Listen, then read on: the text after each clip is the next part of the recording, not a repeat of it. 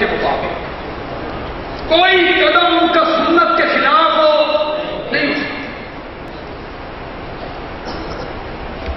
میں نے بچپن میں ان کی ایک تقریر سنی سرگودا میں، میں دوسری کلاس میں پڑھتا تھا یا تیسری کلاس میں شاید، بعض باتیں بچپن کی دل میں کھپ جاتی نقش ہوئی۔ شاہ جی نے سرگودا میں ہماری مسجد میں 3 گھنٹے عظمت صحابہ پہ تقریر، 3 گھنٹے۔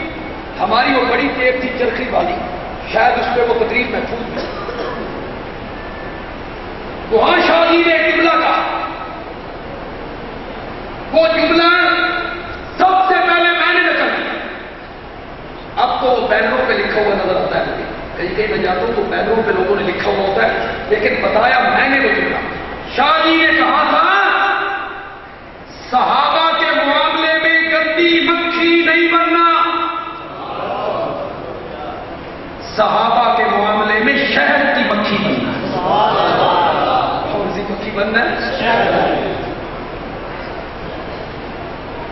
اس کی تھوڑی سی بات سمجھا لوں، پھر یہ مقولہ سنتے ہوئے بڑی لذت آئے۔ جن لوگوں نے صحابہ پہ تنقید کی ہے، تام و تشریح کی ہے، ان لوگوں نے تاریخ کی کتابوں کے حوالے دیے کہ فلاں تاریخ میں یوں لکھا ہوا ہے، فلاں کتاب میں یوں لکھا ہوا ہے، فلاں کتاب میں یوں لکھا ہوا ہے۔ تو جب ہم ان سے بات کرتے ہیں کہ تم نے صحابہ پہ تنقید کیوں کی، تو وہ جواب میں کہتی ہیں اسی کوئی اپنے کولوں لکھیا، یہ تو طبری نے لکھا ہے، یہ تو ابن خلدون نے لکھا ہے، یہ تو فلاں نے لکھا ہے، فلاں تاریخ کی کتاب میں لکھا ہوا ہے۔ اس پہ شاہ جی نے کہا صحابہ کے معاملے میں گندی مکھی نہیں بننا، شہد کی مکھی بننا ہے۔ گندی مکھی بیٹھتی ہے گند پہ، نجاست پہ، غلاظت پہ، گندگی پہ، اور شہد کی مکھی پھولوں پہ، پھلوں پہ، سبزے پہ، باغوں میں۔ شاہ جی نے کہا صحابہ کے معاملے میں گندی مکھی بن کے صحابہ کو تاریخ کے ورقوں میں نہیں دیکھنا، شہد کی مکھی بن کے قرآن کے صفحوں میں دیکھنا۔ ہم نے یہ نہیں دیکھنا کہ طبری کیا کہتا ہے، ہم نے یہ دیکھنا ہے کہ قرآن میں صحابہ کے بارے میں عرش والا کیا کہتا ہے۔ ایک بات آپ سے پوچھنا چاہتا ہوں، اور ایک سیکنڈ کا بھی وقفہ نہیں دوں گا، سوچنے کا وقفہ نہیں دوں گا، ایک سیکنڈ کا بھی۔ جواب آپ نے دینا ہے، ہوشیار ہو جاؤ، ایک سیکنڈ کا بھی وقفہ نہیں دینا گا سوچنے کے لیے۔ 2 راستے ہیں آپ کے پاس، ایک چن لو۔ میں 2 راستے رکھ دیتا ہوں، ایک راستہ چن لو، 1 سیکنڈ سے پہلے جواب دو۔ ایک راستہ چن لو، پہلا راستہ تاریخ کو مان لو، طبری، ابن کثیر، ابن اسیر، ابن خلدون، انہیں مان لو، قرآن کنڈم کر دو، قرآن کو سے پوچھتا ہو تو ایک راستہ۔ دوسرا راستہ یہ ہے تاریخ کنڈم کر دو، قرآن مان لو۔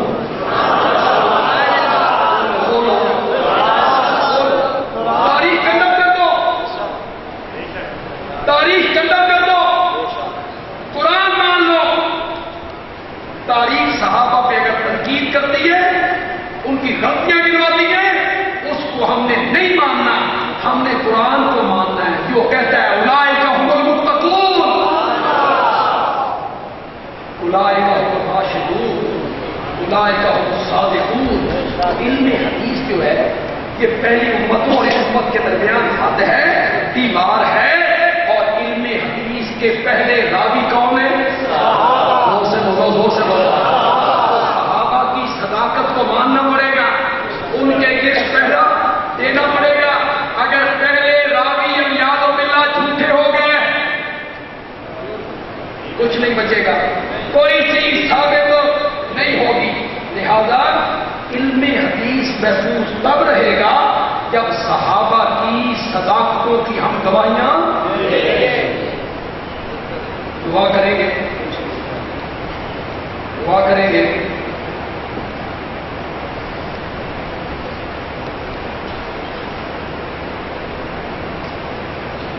اچھی چیزوں کا تذکرہ کیا کرو،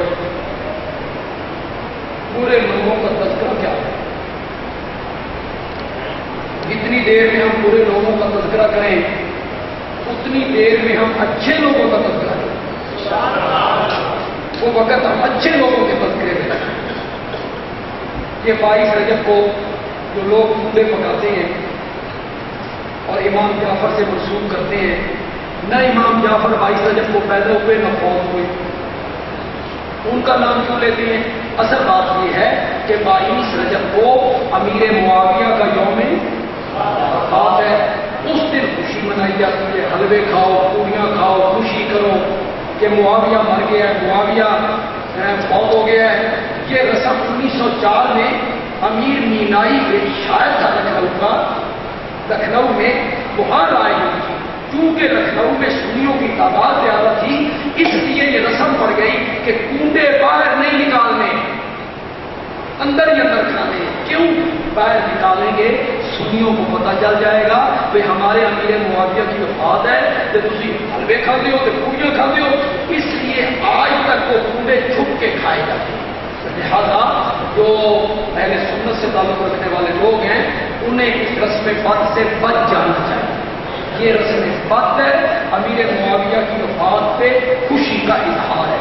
دعا کریں گے، لیکن اس سے پہلے ایک اعلان آپ سن کے چلے جائیں۔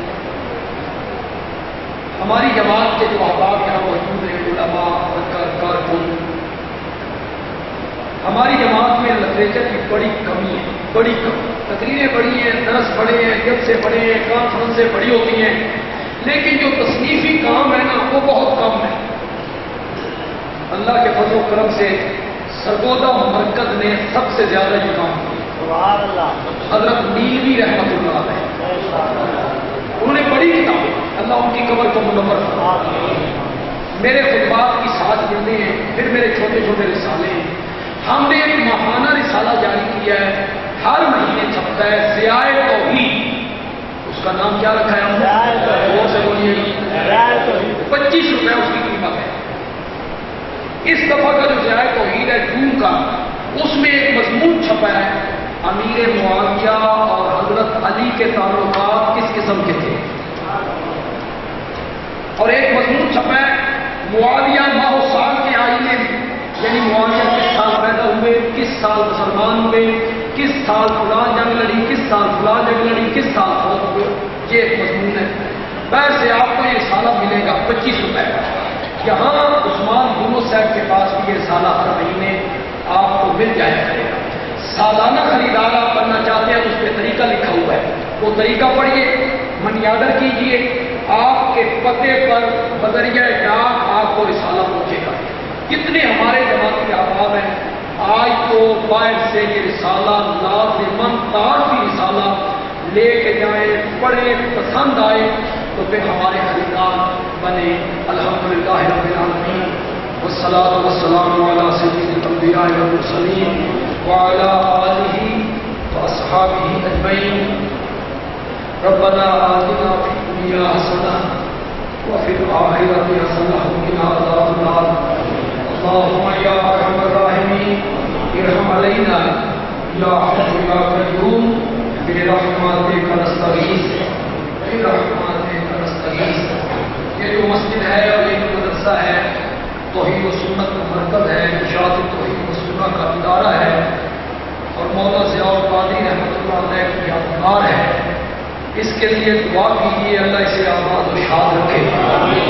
جو بچے ہمارے طالب علم آج عالم بنے ہیں، پگڑیاں بنوائی گئی ان کو، ان کے لیے دعا کیجیے کہ ان کی جو آنے والی زندگی ہے، عملی زندگی، اللہ انہیں عملی زندگی میں کامیابیاں عطا فرمائے، اللہ انہیں اپنی عملی زندگی میں کامیاب فرما دے۔